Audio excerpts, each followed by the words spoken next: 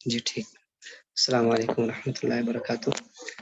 سننا سرکل کے زیر اہتمام ابھی انشاءاللہ العزیز ہم بیان سماعت کریں گے. ہمارے پاس ہمارے حضرت موجود ہیں، پیر طریقت رہبر شریعت حضرت مولانا شیخ الحدیث پیر حبیب اللہ صاحب نقشبندی مجددی دامت برکاتہم العالیہ، جو دا فلاسفی آف سیکریفائس کے اوپر بات کریں گے. تمام احباب سے گزارش ہے کہ متوجہ ہو کے سنیے گا اور انشاءاللہ توجہ رکھیں گے تو ہم سب کا ایمان تازہ ہوگا اور ہمیں بہت کچھ سیکھنے کو ملے گا. ابھی انشاءاللہ العزیز حضرت بیان شروع فرمائیں گے.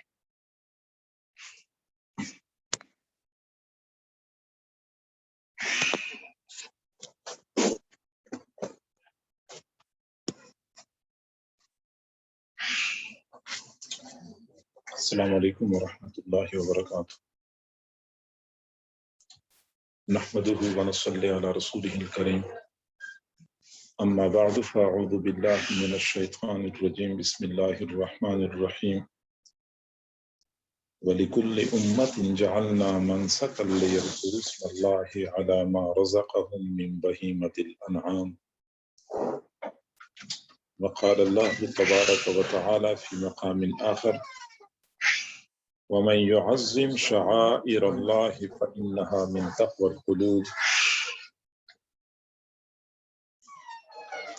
وقال تعالى في مقام آخر: إن الله لا ينظر إلى صوركم ولا إلى أموالكم. وقال رسول الله صلى الله عليه وسلم: إن الله لا ينظر إلى صوركم ولا إلى أموالكم ولكن ينظر إلى قلوبكم وأعمالكم. صدق الله العظيم وصدق رسوله النبي الكريم ونحن على ذلك لمن الشاهدين والشاكرين والحمد لله رب العالمين. اللهم صل على سيدنا محمد وعلى آل سيدنا محمد وبارك وسلم.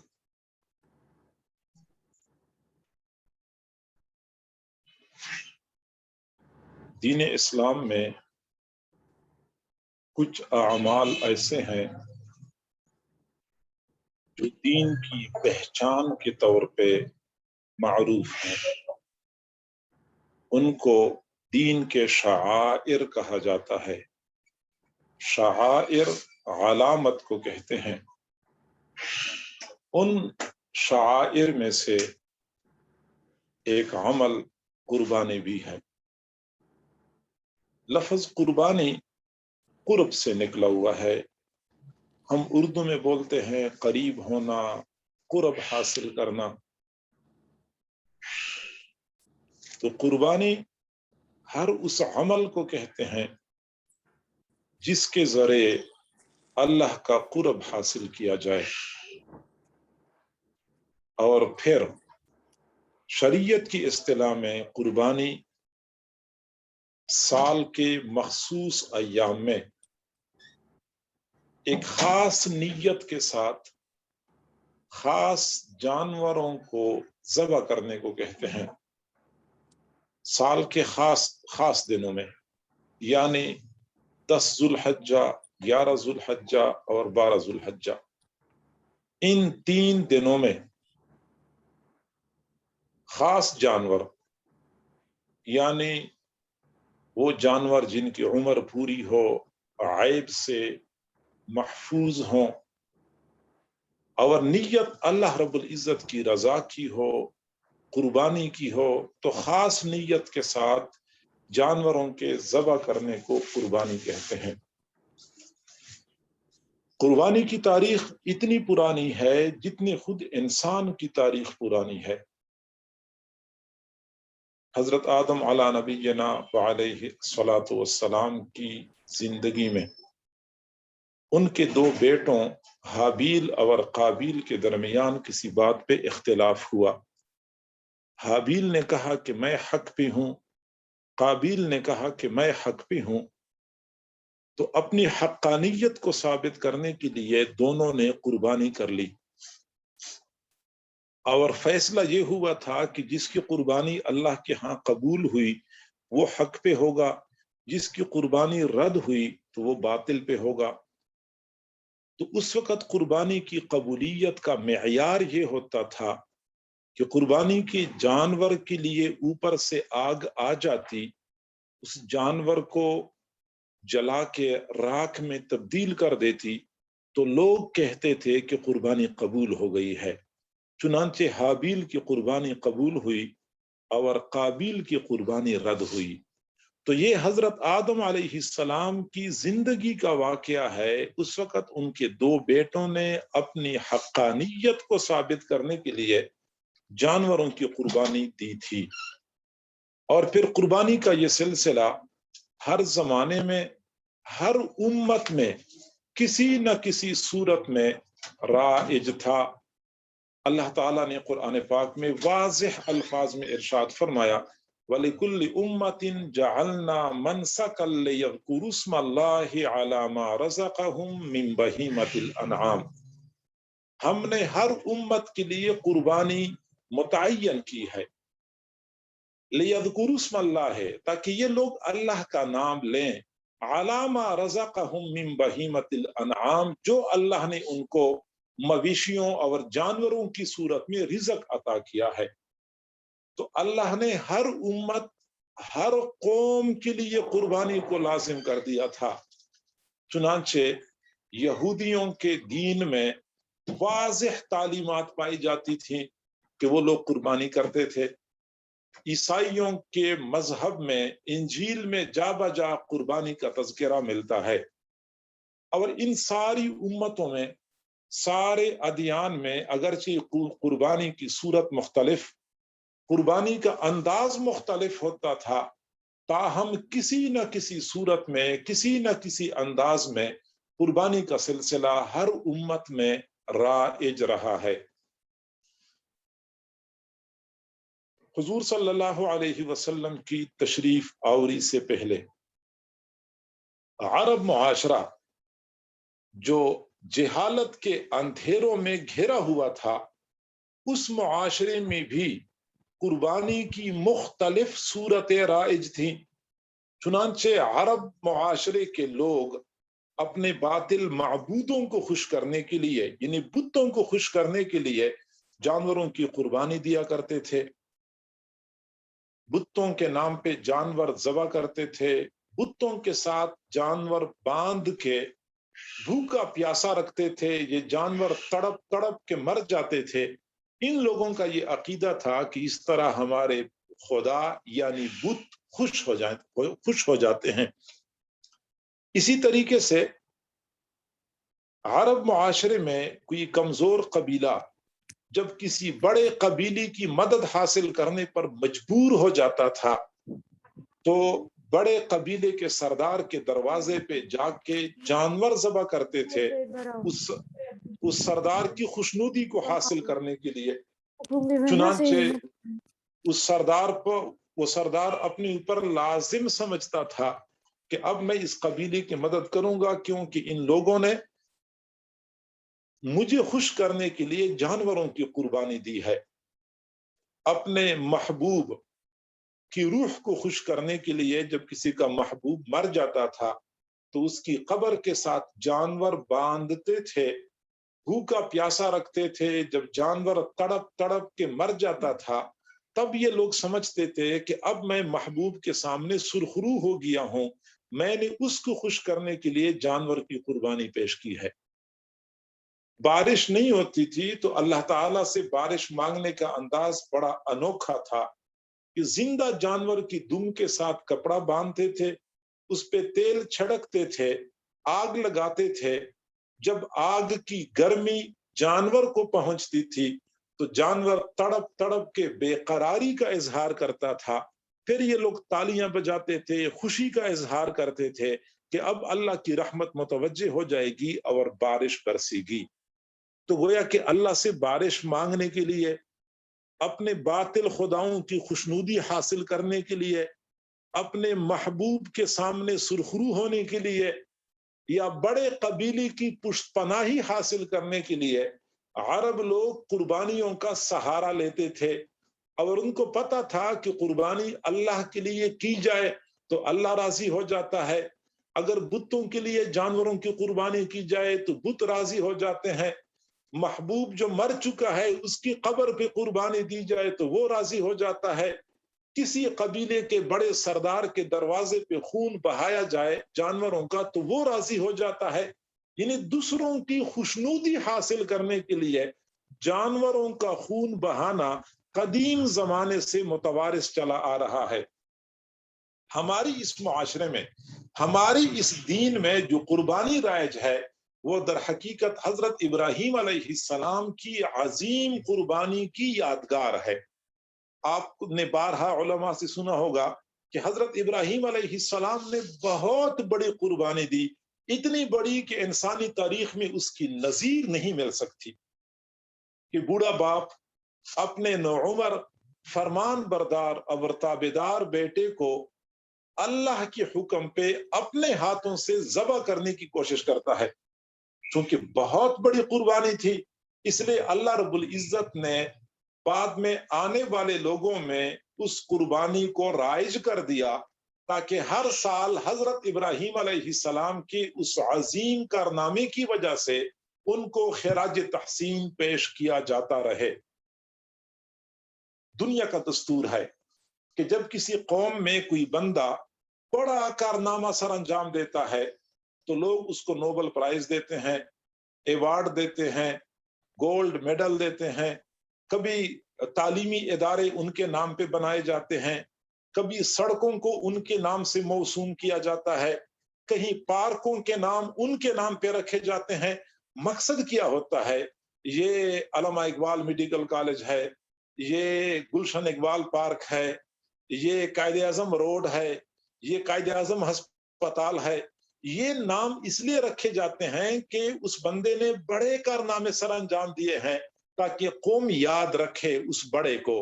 اس طرح الفاظ بول بول کے ان کے نام کو بول بول کے ان کو یاد رکھا جاتا ہے۔ اللہ رب العزت بھی دیکھتا ہے کہ جب کوئی بندہ بڑا کارنامہ سر انجام دیتا ہے تو اللہ تعالیٰ اس کے کام کو قبولیت عطا کرتا ہے۔ پھر قبولیت کی پہچان یہ ہوتی ہے کہ بعد میں آنے والے لوگوں میں اس کام کو رواج دیا جاتا ہے۔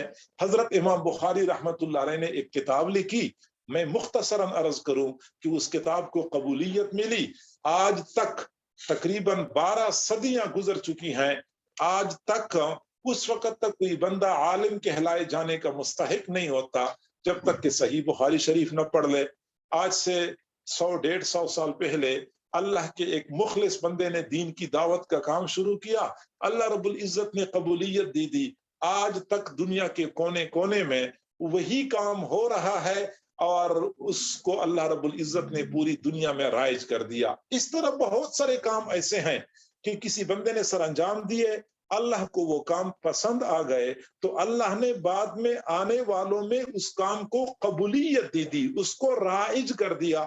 چنانچہ حضرت ابراہیم علیہ السلام نے جب اپنے بیٹے کی قربانی دینے کی کوشش کی تو اللہ نے اس کام کو پسند کر لیا، اتنا اللہ خوش ہو گیا کہ اللہ رب العزت نے فرمایا وَتَرَكْنَا عَلَيْهِ فِي الْآخِرِينَ کہ ہم نے ابراہیم علیہ السلام کی اس عظیم عمل کو بعد میں آنے والوں میں رواج دے دیا، اور ایسا رواج دیا کہ آج اس امت میں کتنے ایسے لوگ ہیں جو نماز پڑھنے میں سستی کرتے ہیں، روزہ رکھنے میں سستی کرتے ہیں، زکوٰۃ کی ادائیگی میں سستی کرتے ہیں، لیکن قربانی میں سب سے پیش ہوتے ہیں۔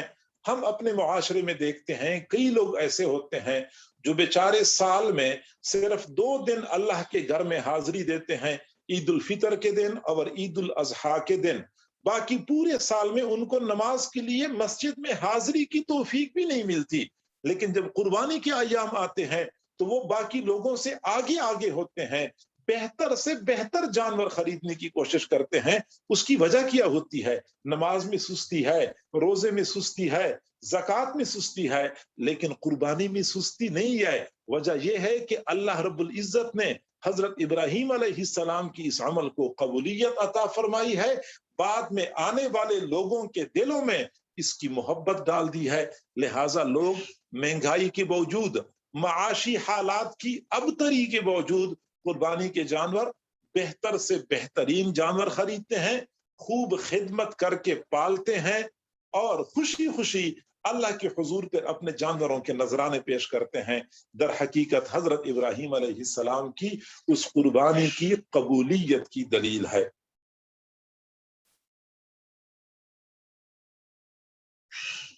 اب اگلی بات سمجھ لیں کہ قربانی جہاں اللہ رب العزت کی خوشنودی کا ذریعہ ہے، حضرت ابراہیم علیہ السلام کے اس قربانی کی یادگار کا ایک وسیلہ ہے، اسی طرح قربانی کسی بھی ملک، کسی بھی معاشرے کے غریب غربا کے ساتھ امیروں کی جانب سے بہترین تعاون کا واسطہ بھی ہے۔ وہ امیر لوگ جو پورا سال کبھی غریب کے اوپر 1 روپیہ خرچ کرنے کے روادار نہیں ہوتے، وہی امیر لوگ لاکھوں کے جانور خریدتے ہیں، ذبح کرتے ہیں، غریبوں کو کھلاتے ہیں، غریبوں کو کھالے دیتے ہیں، اور امیروں کی جیب سے پیسہ نکلتا ہے، غریبوں میں جا کے تقسیم ہوتا ہے، پھیلتا ہے۔ کئی سارے لوگ یہ سمجھتے ہیں کہ شاید قربانی کی وجہ سے غریب کو کوئی فائدہ نہیں ہوتا، غریب کے ساتھ اگر نقد پیسوں کی صورت میں تعاون کیا جائے تو وہ زیادہ بہتر ہے، جبکہ حقیقت یہ ہے کہ قربانی کی صورت میں غریب کی معیشت بہتر ہو جاتی ہے۔ غریب کو نقد پیسے دینے میں اتنا فائدہ نہیں ہے جتنا یہ کہ قربانی کو رائج کیا جائے، کیونکہ قربانی کے موقع پہ غریبوں کے سستے جانور مہنگے داموں بک جاتے ہیں، غریبوں کو زیادہ فائدہ ہو جاتا ہے۔ 50,000 کا جانور 1 لاکھ میں بک جاتا ہے، 1 لاکھ کا جانور 2 لاکھ میں بک جاتا ہے، تو غریب لوگ ہی تو جانور پالتے ہیں، اور ان کے جانور جب مہنگے داموں بکتے ہیں، اس طرح غریبوں کو فائدہ پہنچتا ہے۔ پھر وہی جانور جب امیر لوگ ذبح کرتے ہیں تو گوشت غریبوں میں تقسیم ہوتا ہے، کھالیں غریبوں کے اوپر صرف ہوتی ہیں۔ انہی قربانیوں کی صورت میں اور کھالوں کی صورت میں غریبوں کو کارخانوں میں روزگار ملتا ہے، قربانی کے جانور ذبح کرنے میں غریبوں کو روزگار ملتا ہے۔ تو حقیقت یہ ہے کہ قربانی کے ایک دن میں کروڑوں نہیں، اربوں کھربوں روپیہ امیروں کی جیب سے نکل کے غریبوں کے اوپر تک خرچ ہو جاتا ہے۔ گویا کہ اسلام کی غریب پروری کی بہترین مثال ہے۔ بعض لوگ غریب پروری کا مظاہرہ کرتے ہوئے یہی کہتے ہیں کہ قربانی کرنے کی بجائے غریبوں کے ساتھ نقد تعاون کیا جائے، جو اعداد و شمار کے اعتبار سے بالکل غیر معقول طریقہ ہے۔ معقول طریقہ یہ ہے کہ قربانی کو خوب رائج کیا جائے تاکہ قربانی کے ذریعے امیر لوگ اپنا مال پیسہ خرچ کریں اور غریبوں کو اس کا فائدہ پہنچے۔ اگلی بات ہمیں سمجھنی چاہیے کہ ہم قربانی کرتے ہیں، قربانی کی اصل روح کیا ہے، قربانی کا اصل راز اور فلسفہ کیا ہے۔ تو ہمیں یہ بات سمجھنی چاہیے کہ عام طور پہ لوگ یہ سمجھتے ہیں کہ شاید ابراہیم علیہ السلام نے اپنی زندگی میں صرف ایک قربانی دی کہ اپنے بیٹے کو ذبح کرنے کی کوشش کی، اور اسی ایک قربانی کی یاد ہم ہر سال مناتے رہتے ہیں، جبکہ حقیقت یہ ہے کہ ابراہیم علیہ السلام کی قربانی فقط ایک قربانی نہیں تھی، بلکہ ان کی پوری زندگی قربانیوں کی ایک مسلسل داستان ہے۔ قربانیوں پہ قربانیاں انہوں نے دی ہیں، چنانچہ جس گھر میں، جس معاشرے میں انہوں نے آنکھ کھولی وہ بت پرستی اور شرک کا گڑھ تھا۔ خود ابراہیم علیہ السلام کا والد بت فروش تھا، صرف بت فروش نہیں تھا بلکہ بت تراش تھا، بت بناتا تھا، بنا کے مارکیٹ میں سپلائی کرتا تھا، جو یقیناً حضرت ابراہیم علیہ السلام کے لیے بہت دشواری کا باعث تھا۔ وہ تو پوری دنیا کو توحید کا پیغام دینے والے تھے، ان کے اپنے گھر میں جب اس طرح کا سلسلہ چلتا تھا تو ان سے برداشت نہیں ہو سکا، چنانچہ اپنے والد کو سمجھانے کی کوشش کی۔ والد نے دھمکیاں دی، لَإِن لَمْ تَنْتَهِ لَأَرْجُمَنَّكَ، سخت دھمکی دی کہ میں تجھے سنسار کر دوں گا۔ اب دیکھیں، حضرت ابراہیم علیہ السلام نے اللہ کو راضی کرنا چاہا، والد رکاوٹ بن گئے، تو حضرت ابراہیم علیہ السلام نے والد کی پرواہ نہیں کی۔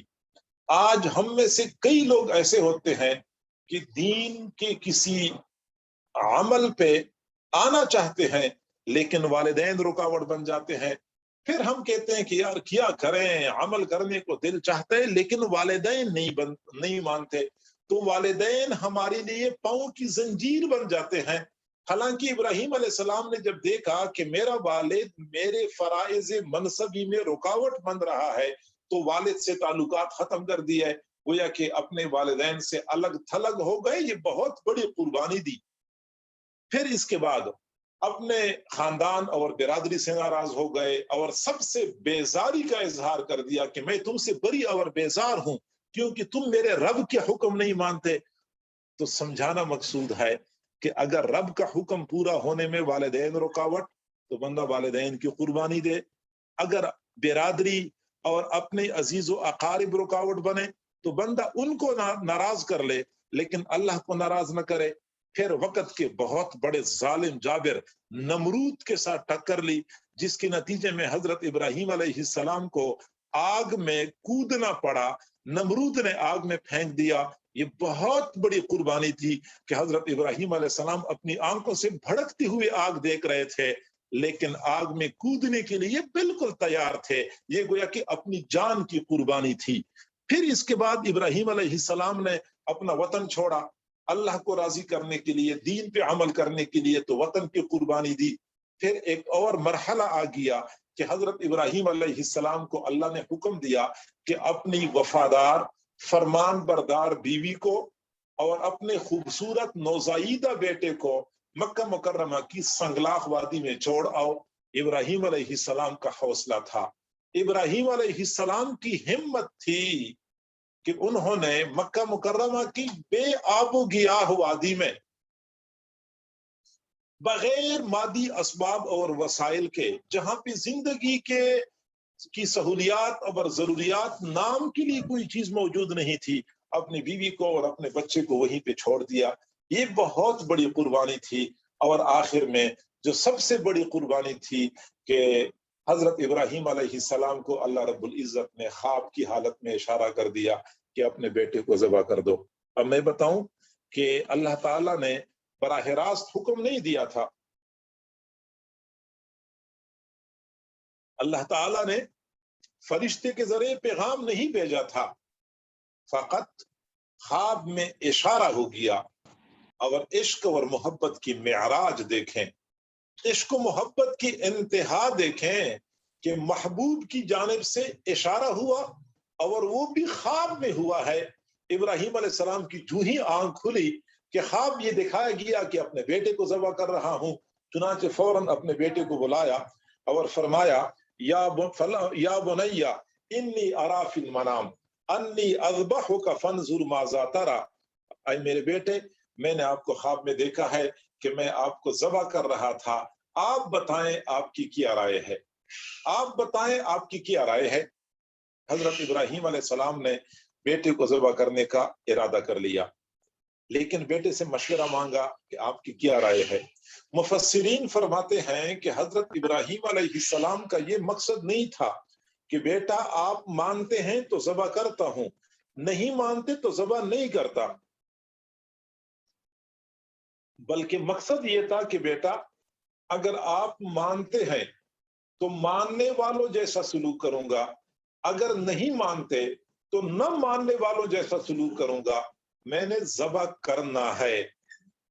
ذبح کرنے کے لیے تو وہ پرعزم تھے، بیٹا بھی پیغمبر کا بیٹا تھا، ان کا تربیت یافتہ تھا، چنانچہ فوراً بول پڑا یا ابت افعل ما تؤمر ستجدنی انشاء اللہ من الصابرین۔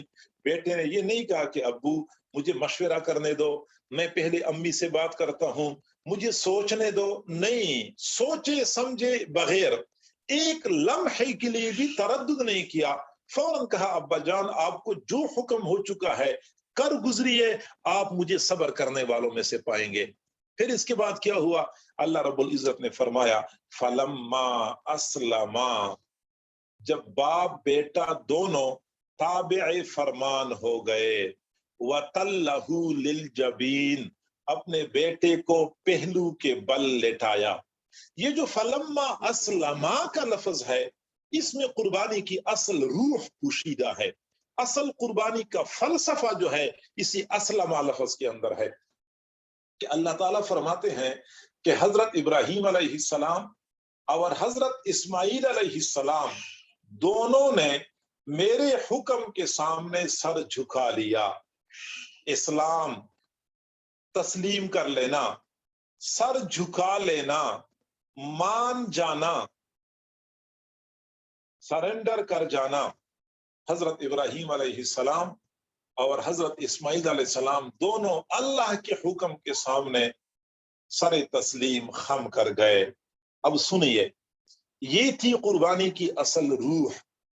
آج بھی اگر کسی بندے کے دل میں یہ جذبہ موجود ہے تو اس نے قربانی کی اصل حقیقت کو پا لیا ہے. اور اگر یہ جذبہ نہیں ہے تو بے شک وہ 10 لاکھ کا بیل ذبح کر لے یا 20 لاکھ کا بیل ذبح کر لے.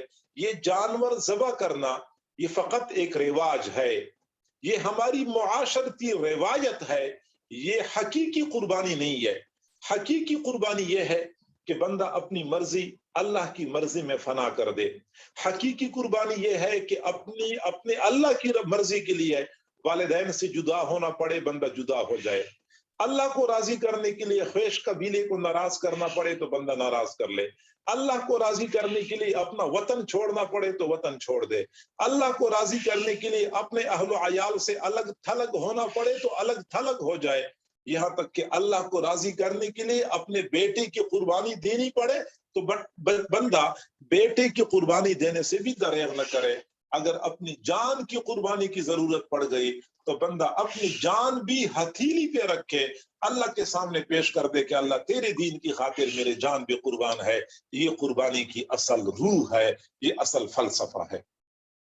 اب ایک آدمی جانور تو بہت بڑا ذبح کر لیتا ہے لیکن دل میں اللہ کا حکم ماننے کا جذبہ نہیں ہے تو سمجھنا چاہیے کہ قربانی کی صورت ہے، ایک علامت ہے، قربانی کی اصل روح نہیں ہے. چنانچہ ہم دیکھتے ہیں اپنے معاشرے میں کہ لاکھوں کے جانور ذبح کرنے والے اپنی زندگی میں اللہ رب العزت کے حکموں کو پامال کر رہے ہوتے ہیں. وضاقتہ میں، نشست و برخاست میں، لباس میں، انداز و اطوار میں، معیشت میں، معاشرت میں، شادی غمی میں، الغرض زندگی کے ہر کام میں اللہ رب العزت کے حکموں کو پامال کرنے والے صرف جانور ذبح کر کے مطمئن ہو جاتے ہیں کہ ہم نے قربانی کا حق ادا کر دیا. یقیناً یہ غلط فہمی ہے. قربانی کرنے والے اپنی خواہشات کی قربانی کرتے ہیں، قربانی کرنے والے سودی کاروبار کی قربانی دیتے ہیں، قربانی دینے والے ناجائز تعلقات جو بنے ہوئے ہیں ان کی قربانی دیتے ہیں، قربانی دینے والے اپنی ضد اور انا کی قربانی دیتے ہیں، قربانی دینے والے اپنی شخصیت اور اپنی شان و شوکت کی قربانی دیتے ہیں. پھر کہیں جا کے قربانی مکمل ہوتی ہے. صرف جانور ذبح کرنے سے کامل قربانی نہیں ہوتی. اپنی انا، اپنی ضد اور عناد کو اللہ کے لیے چھوڑے. کسی کے ساتھ ناجائز تعلق ہے، اس تعلق کو اللہ کے لیے چھوڑے. خدا نخواستہ حرام کمانے کا سلسلہ چل رہا ہے، حرام کمائی کا سلسلہ اللہ کے لیے چھوڑ دے. نگاہوں کی حفاظت نہیں ہے، بد نگاہی اللہ کے لیے چھوڑ دے. زبان پہ قابو نہیں ہے، زبان کا غلط استعمال اللہ کے لیے چھوڑ دے. بندے کی زبان مسلمان ہو جائے، بندے کی آنکھ مسلمان ہو جائے، بندے کے ہاتھ پاؤں مسلمان ہو جائے، بندے کا پیٹ مسلمان ہو جائے کہ اس میں حرام کا لقمہ نہ جائے. سر کے بالوں سے لے کر پاؤں کے ناخنوں تک بندہ پورا کی پورا اللہ کے سامنے تابع فرمان بن جائے. اس کے لیے پھر اللہ نے فرمایا فلما اسلما، جب حضرت ابراہیم علیہ السلام اور حضرت اسماعیل علیہ السلام سراپا تسلیم بن گئے، سراپا انقیاد بن گئے، مکمل اللہ رب العزت کے سامنے منقاد ہو گئے. یہ ہے قربانی کی اصل روح. اب ہم میں سے ہر بندہ اپنے گریبان میں جھانک کے دیکھ سکتا ہے کہ میں جو قربانی کر رہا ہوں یہ فقط ایک صورت ہے، یہ اصل حقیقت ہے.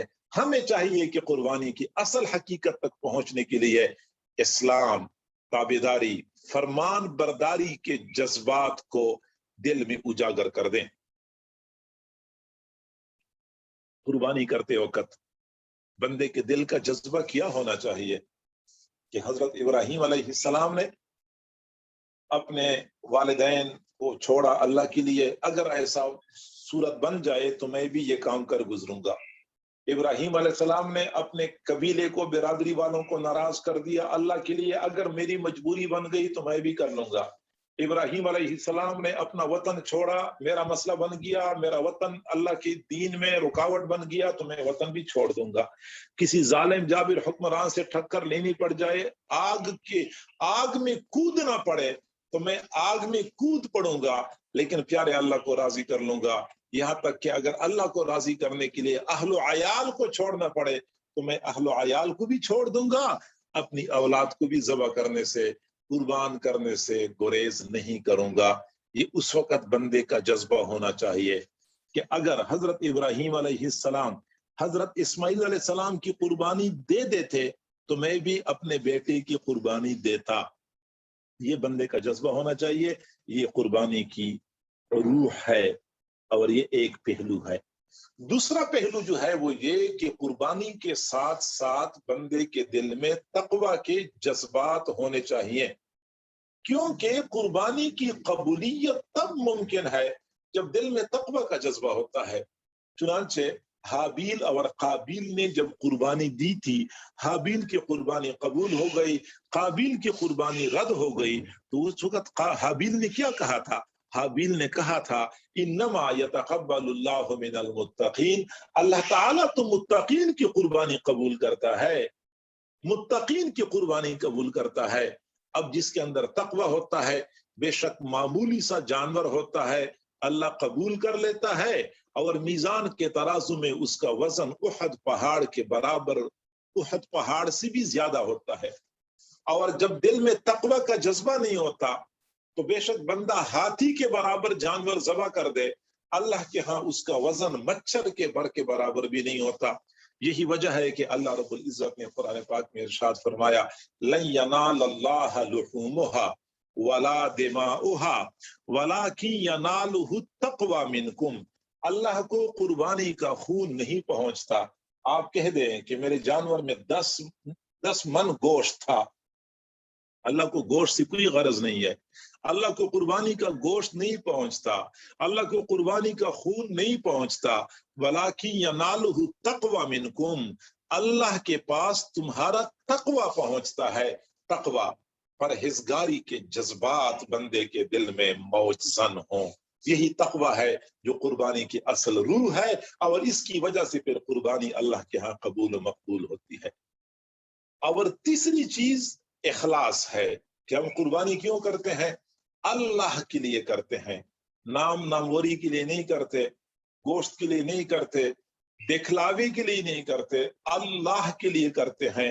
حضرت ابراہیم علیہ السلام کو اللہ رب العزت نے یہی بات بتائی تھی، قل، آپ کہہ دیجئے ان صلاتی و نسکی و محیای و مماتی للہ رب العالمین، ابراہیم آپ کہہ دیجئے کہ بے شک میری نماز، میری قربانی، میرا جینا، میرا مرنا للہ ہے، اللہ کے لیے ہے، رب العالمین، جو سارے جہانوں کا رب ہے۔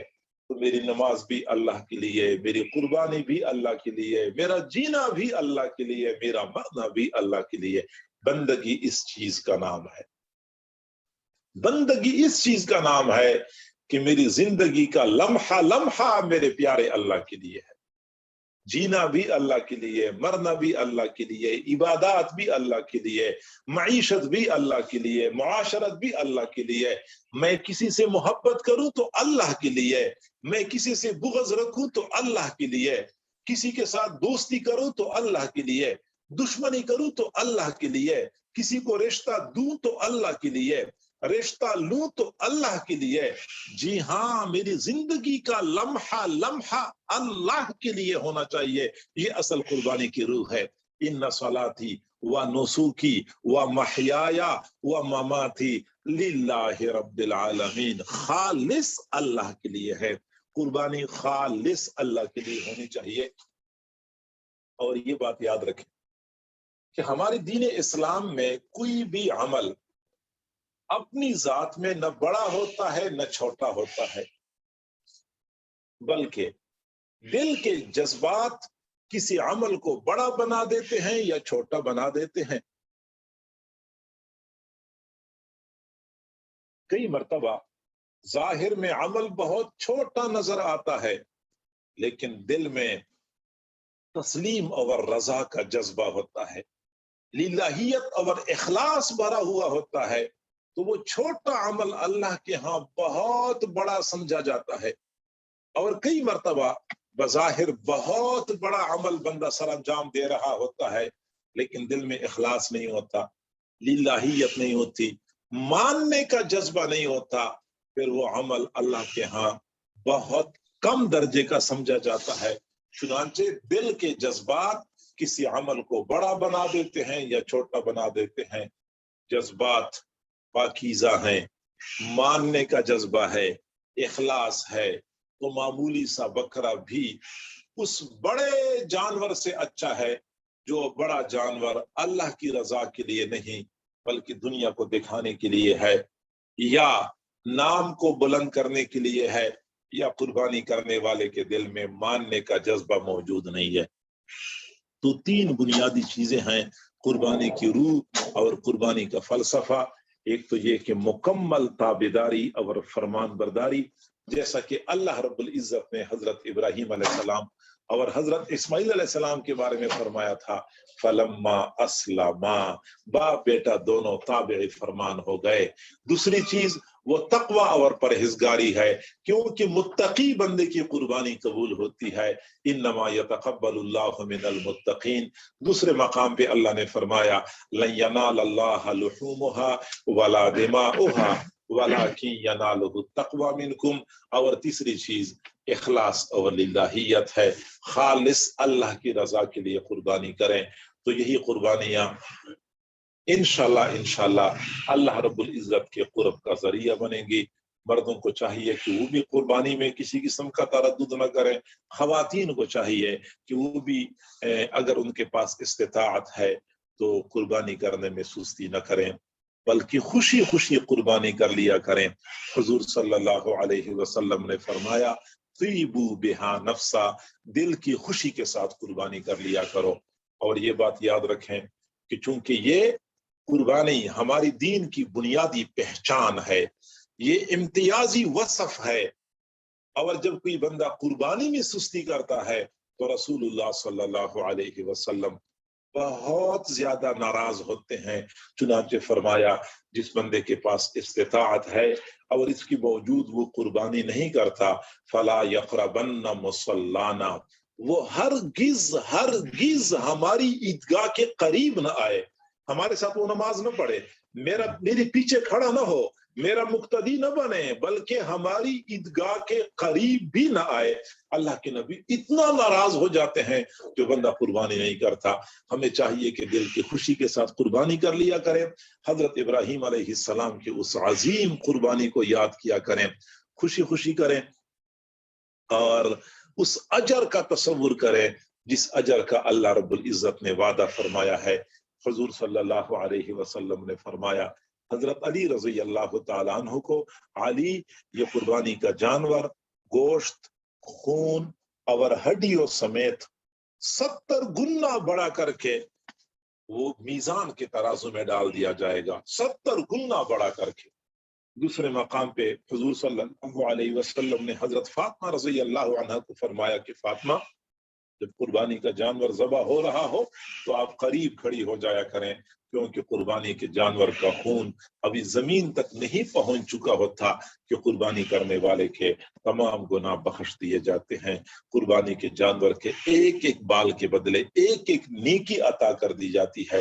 اور حضور نے فرمایا کہ قربانی کا یہ جانور قیامت کے دن جہنم کی آگ سے بندے کے لیے آڑ بنے گا، رکاوٹ بنے گا۔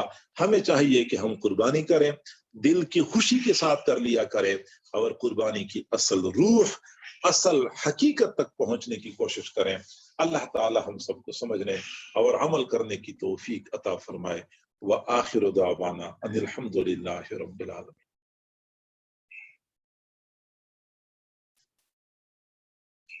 دو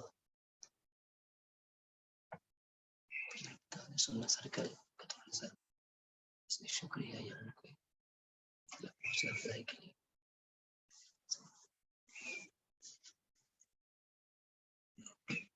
سننا سرکل کے منتظمین نے اس عاجز کو آپ سے مخاطب ہونے کا موقع عطا فرمایا، میرے لیے بہت بڑے اعزاز اور شرف کی بات ہے۔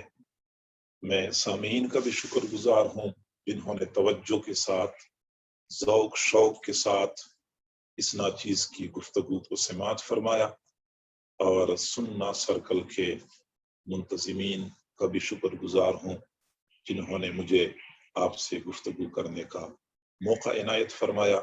اللہ تعالیٰ ان کی خدمات کو، ان کی کاوشوں کو شرف قبولیت نصیب فرمائے، اور ہم سب کے لیے دنیا میں صحیح رہنمائی اور آخرت میں اللہ کے ہاں سرخروئی اور درجات کی بلندی کا ذریعہ ثابت فرمائے۔ جزاکم اللہ جزاء حسن۔ دعا کر لیتے ہیں۔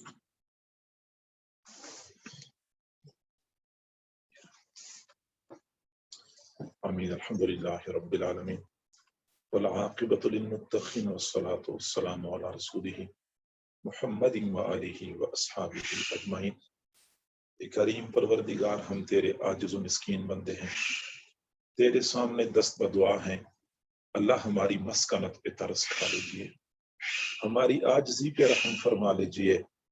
اللہ ہمارے گناہوں کو معاف فرما، ہماری خطاؤں کو معاف فرما، ہمارے عیبوں کی پردہ پوشی فرما، ہمیں ذلت و رسوائی سے محفوظ فرما، در در کے دھکے کھانے سے محفوظ فرما۔ اے کریم اللہ، گناہ کر کر کے ہم مزید تھک چکے ہیں، تنگ آ چکے ہیں، گناہوں سے چھٹکارا چاہتے ہیں، چھٹکارا عطا فرما دیجیے۔ الہی، الہ العالمین، یا اکرم الاکرمین، یا راحم المساکین، فتنوں کا زمانہ ہے، ایمان بچانا مشکل ہو چکا ہے۔